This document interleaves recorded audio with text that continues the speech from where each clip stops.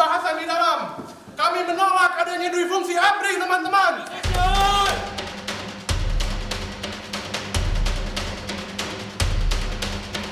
Untuk menghadapi teror dari orang-orang yang pengecut, saya akan tetap kuat, akan tetap tegar, luta continua, panjang umur perjuangan.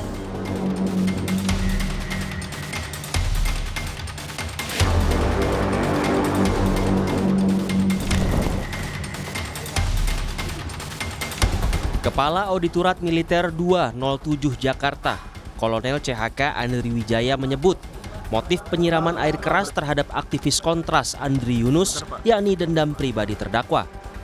Hal ini disampaikan usai menyerahkan berkas perkara kasus penyiraman air keras Andri Yunus ke Pengadilan Militer 208 Jakarta pada 16 April.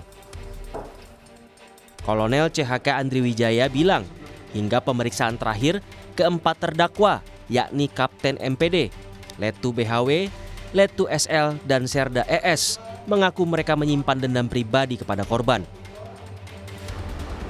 Terdakwa menyiram air keras kepada Andri Yunus tengah malam, tanggal 12 Maret 2026 di daerah Salemba, Jakarta Pusat hingga korban mengalami luka bakar 20% dan masih menjalani perawatan di RSCM Jakarta.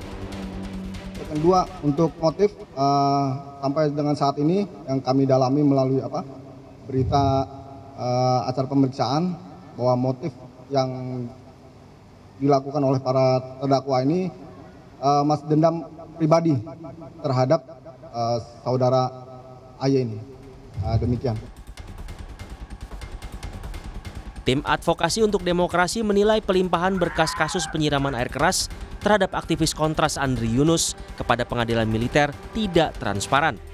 Tim advokasi mengkritik Auditorat Militer yang menyerahkan berkas perkara penyiraman air keras tanpa meminta keterangan dari korban, yakni Andri Yunus.